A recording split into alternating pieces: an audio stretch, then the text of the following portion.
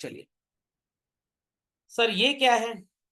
आपने कानून बनाया, कल को वो कानून देश दुनिया के हिसाब से सही नहीं चल पा रहा, तो यू विल अमेंड इट और you want, you will change it और you want, we will. India में जब टू व्हीलर्स की सेल गिरने लग गई, तो टू व्हीलर कंपनी ने सरकार के सामने गुहार लगाई, भैया मोटर व्हीकल एक्ट में थोड़ा संशोधन कर दो। 16 साल से ऊपर वाले बच्चों के लिए नॉन गियर्ड व्हीकल जिसमें इंजन 75 सीसी से कम का होगा, there is no licence requirement. खोपड़े में बात गई, क्योंकि पहले तो 18 साल के बाद ही लाइसेंस बनता था, और ये नॉन गियर्ड व्हीकल इंडिया में आई कब? 1992 के बाद से। Sunny was the first vehicle जो एक्सेलरेटर से चलती है, जैसे एक्टिवा थी, और उसके बाद एक 2 गियर वाली गाड़ी आई जिसको बोलते थे हीरो पुक। क्या बोलते थे? हीरो पुक। और उसके पहले एक लूना करके गाड़ी आती थी। व्हाट? लूना। आजकल ये लूना इलेक्ट्रिक आ रही है। आपने टीवीएस एक्सल देखी है? वो छोटी सी 2 गियर वाली होती है ना। तो ये बजाज कंपनी की गाड़ी आती थी सनी, 60 सीसी का इंजन लगा होता था। कितने सीसी का? 60 सीसी का। मतलब मोटरसाइकिल के इंजन का भी आधा। समझ में आ गया? अगर 2 लोग ठीक ठाक बैठ जाएं, मुकेश अंबानी, नीता अंबानी, गाड़ी कहेगी बैठो यहाँ चाय पियो, बस सोफा समझ लो, इसको चलेगी नहीं। वो लोग खरीदा करते थे। तो इसीलिए बोला गया कि 18 साल जब उम्र हो जाएगी तभी आपका गाड़ी का लाइसेंस बनेगा और तभी आप गाड़ी खरीदेंगे। खोपड़े में बात गई। बट उनको तो गाड़ी की सेल बढ़वानी थी, तो उन्होंने क्या किया? उन्होंने सरकार के सामने एप्लीकेशन दी कि भाई कानून बनाओ, हम सेफ गाड़ियां बना रहे हैं, ये ज्यादा तेज चलेंगी नहीं, तो इनसे एक्सीडेंट भी नहीं होंगे। क्योंकि अब रोड थोड़ी अच्छी हो चुकी है, पॉपुलेशन बढ़ रही है, लोग थोड़ा फास्ट ट्रांसपोर्ट चाहते हैं, तो साइकिल के बजाय इन गाड़ियों को परमिशन दी जाए। Fundamental is getting. तो आज भी जो बच्चों इलेक्ट्रिक गाड़ी आती है, अगर बहुत हाई एंड मॉडल आपने खरीदा तो लाइसेंस की रिक्वायरमेंट है। वो बेसिक जो 25-30 किलोमीटर की स्पीड पे चलती है उसमें लाइसेंस की रिक्वायरमेंट नहीं है, बेसिकली वो सस्ती और घटिया वाली। तो ये रूल बना। बट आजकल के लड़के लड़कियां तो एक्टिवा भी चलाते हैं, और एक्टिवा तो 100 सीसी की है। तो by law, as per motor vehicle act, बिना लाइसेंस के अगर आप एक्टिवा चला रहे हैं बच्चों, इस पे सजा है। केरला में तो पेरेंट्स के ऊपर 25,000 का फाइन और 3 महीने की जेल है। यूपी में पेरेंट्स के ऊपर कोई फाइन और जेल नहीं है, वो गाड़ी जब्त कर सकते हैं बस।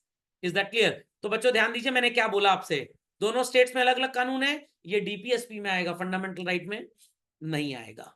तो ऐसे ही बच्चों जब कॉन्स्टिट्यूशन बनाया गया तो सोचा गया थोड़ा सा कॉन्स्टिट्यूशन में भी फ्लेक्सिबिलिटी दो, उसको खुद बदलने के लिए, उसको खुद बदलने के लिए। तो कॉन्स्टिट्यूशन के अंदर ऐसे रूल्स बनाए गए कि हम कॉन्स्टिट्यूशन को भी बदल सकते हैं। Part 20 of the constitution of India tells us कि भाई अमेंडमेंट कैसे होगा, और यहां पे बच्चों 50% की मेजोरिटी नहीं चलती। तो आर्टिकल 368 पार्लियामेंट को पार देता है कि आप कॉन्स्टिट्यूशन को अमेंड कर सकते हो। और बच्चों यही आर्टिकल 368 के तहत हमारे अमित शाह साहब ने सो कॉल्ड काम करना स्टार्ट किया था। समझ में आया कि नहीं आया? अमेंडमेंट का प्रोसीजर क्या होगा? सबसे पहले पार्लियामेंट में पढ़ना पड़ेगा लिटरेचर। आप शेक्सपियर नहीं है, आप चार्ल्स डिकेंस नहीं है, आप कोई पोएट नहीं है, आप लॉ पढ़ रहे हैं, तो यहां लिटरेचर शब्द का प्रयोग नहीं होता। यहां किस शब्द का प्रयोग होता है? ड्राफ्ट। सर बैंक का ड्राफ्ट? ड्राफ्ट मतलब रफ आर्टिकल। Rough article. मान लीजिए स्कूल में असेंबली है और आपको इंडिपेंडेंस डे के बारे में कुछ बोलना है 50 वर्ड्स में 2 मिनट के अंदर, तो पहले आप टीचर को लिख के दिखाएंगे, वो ड्राफ्ट होगा। टीचर आपके कुछ ग्रामेटिकल एरर्स या थोड़ा बेटर हो सकता है तो वो सब आपको बताएंगे, तो फाइनल प्रूफ हो जाएगा फिर वो। उसके बाद 2/3 मेजोरिटी चाहिए। कितनी? 2/3, तब अमेंडमेंट होगा। और 2/3 बच्चों कहां पे? सिर्फ लोकसभा में नहीं, दोनों हाउसेस में। Is that clear? पहले लोकसभा फिर राज्यसभा। सर मूवी में तो दिखाया गया था पैरेलल हुआ है, दैट इज ऑल्सो अलाउड। और उसके बाद कौन साइन करेगा? वैसे तो मैं भी साइन कर सकता हूं, बट मैंने मुर्मू जी को बोला मैं क्लास पढ़ा रहा हूं, मेरे पास टाइम नहीं है, आप साइन कर दीजिएगा। समझ में आ गया? रेटिफिकेशन क्या होता है? मम्मी पूछ रही है बेसन की सब्जी खाओगे? हाँ खाएंगे। You ratified mamma's will. Ratification का मतलब रिजेक्शन नहीं होता, कंफर्मेशन होता है। ओके, तो कुछ अमेंडमेंट्स लेजिस्लेचर कंफर्म कर सकता है और कुछ को वो डिनाई भी कर सकता है। ध्यान दीजिएगा, some amendments also required the confirmation by the legislator not less than one half of the states by resolutions to that effect passed by those legislations before the bill making provision for such amendment is presented to the president for assent। इसका क्या मतलब है? इसका simple सा मतलब ये है कि many a times it may happen कि जब आप अमेंडमेंट करना चाहते हैं कॉन्स्टिट्यूशन में, तो जो हमारा सेंट्रल गवर्नमेंट है उसके साथ साथ आप पहले प्रेसिडेंट साहब से पूछ लीजिए, या 2/3 मेजोरिटी से भी कुछ बिल, सॉरी 1/2 50% मेजोरिटी से भी कुछ बिल पास हो जाते हैं। तो मॉरल ऑफ द स्टोरी, दो चीजें याद रखिएगा, कहीं कहीं आपको कितनी मेजोरिटी चाहिए, 543 का 2/3 और उधर 240 का 2/3, और कहीं कहीं बच्चों आधे में भी काम बन जाएगा।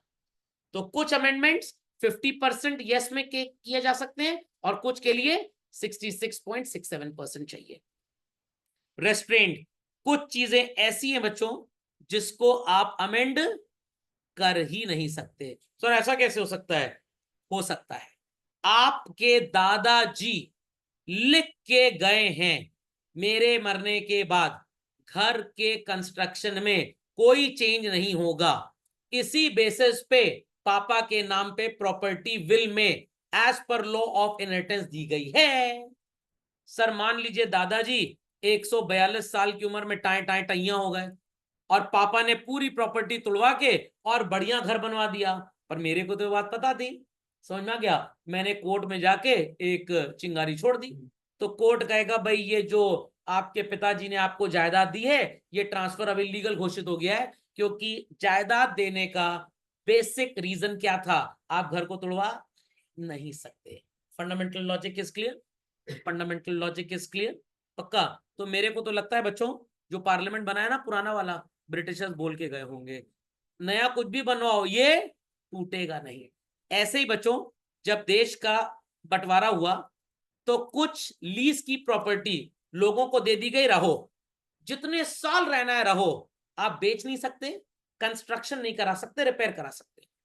फंडामेंटल लॉजिक इज क्लियर और नॉट, समझ में आ गया? तो वही चीज यहां पे भी है, देयर आर सर्टेन थिंग्स जिसको हम चेंज नहीं कर सकते। Keshavananda Bharati versus state of Kerala याद है? तो मैंने एक मठ बनाया, मठ जानते हैं ना क्या होता है, वो आसाराम बापू की तरह नहीं, ऐसा मठ बनाया जिसमें मैं टीचर्स को रखूंगा और वो टीचर्स गांव में गरीब बच्चों को जो स्कूल कॉलेज नहीं जा सकते उनको पढ़ाएंगे, हमें फंडिंग आएगी और उससे हम टीचर्स को सैलरी देंगे। इसके लिए मैंने सरकार को बोला मेरे को कम से कम 20 एकर्स लैंड दे दीजिए जहां पे हम टीचर्स के रहने की व्यवस्था करें। पहली बार बोला, फिर और जैसे जैसे काम फैलेगा और लैंड की रिक्वायरमेंट होगी, सरकार कहेगी लीज पे दे देंगे, बेचेंगे नहीं सर आपको। लीज मतलब आप इस्तेमाल करिए 99 ईयर्स 50 ईयर्स 100 ईयर्स जो भी हमने एग्री किया, हम प्रॉमिस करते हैं खाली नहीं करवाएंगे, बट बेचेंगे नहीं, क्योंकि अगर बेच दिया आपके मन में कुछ गलत आ गया, कल को आप पता लगा एटम बम की फैक्ट्री लगा लो, वहीं से मिसाइल दागने लग जाओ सबके ऊपर। Got it clear? तो केशवानंद भारती जी जो मठ चलाते थे उन्होंने ये सब बातें की, तो सुप्रीम कोर्ट बोला भैया बेचेंगे नहीं, खोपड़े में बात गई। तो बेसिक डॉक्ट्रिन स्ट्रक्चर में आप चेंज नहीं कर सकते, बट सर कुछ तो होगा, हाँ बिल्कुल होगा बच्चों, देयर आर सर्टेन थिंग्स जिसमें आप कुछ ऐसा अप्लाई करें कि बेसिक स्ट्रक्चर भी चेंज हो जाए। मैंने कहीं पे पढ़ा था, कंफर्म करके बताऊंगा, 3/4 was the limit children, 3/4 member of parliament अगर बोले तो बेसिक डॉक्ट्रिन स्ट्रक्चर भी चेंज होता है, बट वहां पे फिर सुप्रीम कोर्ट के सीजीआई ऑफ इंडिया वगैरह इन सब का अप्रूवल भी लेना पड़ेगा। तो अमेंडमेंट इन कॉन्स्टिट्यूशन या कोई भी कानून पारित करने के लिए दो चीजें जरूरी हैं, या तो 2/3 मेजोरिटी और कुछ हल्के फुल्के में 1/2, और बेसिक स्ट्रक्चर आप चेंज नहीं कर सकते। क्या दूसरे देशों का भरोसा आपके ऊपर से उठ जाएगा, ये अपने ही सगे नहीं है। समझ में आ गया? समझ में आ गया? जैसे आपके दादाजी बोल के गए परिवार में जितने लड़के कल को शादी करेंगे, जितनी लड़कियों की शादी होगी सेम गोत्र में नहीं होगी, सेम गोत्र में नहीं होगी। गोत्र मतलब क्लैन, गोत्र मतलब क्लैन। तो जैसे मैं अपने नाम के आगे मल्होत्रा लिखता हूं, ठीक है, तो हमारे खानदान में भाई ये है कि हम जहां से भी लड़की ढूंढेंगे या हमारे परिवार में कोई भी लड़की किसी भी लड़के से शादी करेगी, कास्ट मल्होत्रा नहीं होनी चाहिए। वो पंजाबी में टंडन चावला कुछ भी होगा, बट मल्होत्रा नहीं होगा। सर अगर हो गया तो हमारे दादाजी लिख के गए थे, इसको सपोले को घर से बाहर निकाल देना। समझ में क्या? खैर ऐसा कुछ है नहीं, बट ऐसा हम बोल सकते हैं। ओके, तो इसी तरह से मेरे पापा ने मेरे को बोला, तुमको मैं एक कंडीशन पे अपनी प्रॉपर्टी मरने के बाद दूंगा, कि तुमको अपनी माता जी को पूरी जिंदगी भर basic amenities up to comfort level तक सो कॉल्ड संभाल के रखना पड़ेगा, सर्व करना पड़ेगा, पालन पोषण करना पड़ेगा। मान लीजिए मेरी मम्मी की एज आज 70 ईयर्स है, समझ में आ गया? जो हम खाते हैं खाना वही वो भी खाती है, we are in a joint family. 85 years के बाद मेरे दिमाग में खोट आ गया, पगला गया मैं, भूत ऊत चढ़ गया, समझ में आ गया, और मैं प्रॉपर्टी बेच के निकल लिया, तो ये प्रॉपर्टी का बेचना इलीगल हो जाएगा, क्योंकि मेरे पिताजी ने यही बोल के मेरे को प्रॉपर्टी ट्रांसफर की थी, तो ये इलीगल ट्रांसफर माना जाएगा। बट ऐसा कुछ है नहीं, ये मैं एग्जांपल दे रहा हूं। बात समझ में आई कि नहीं आई? Logic understood well? पक्का? तो बेसिक स्ट्रक्चर यही होता है, आप बेसिक स्ट्रक्चर को चेंज नहीं कर सकते। Fundamental right is clear? पक्का? चलिए, तो इसी के साथ हमारा कॉन्स्टिट्यूशनल अमेंडमेंट भी होता है समाप्त।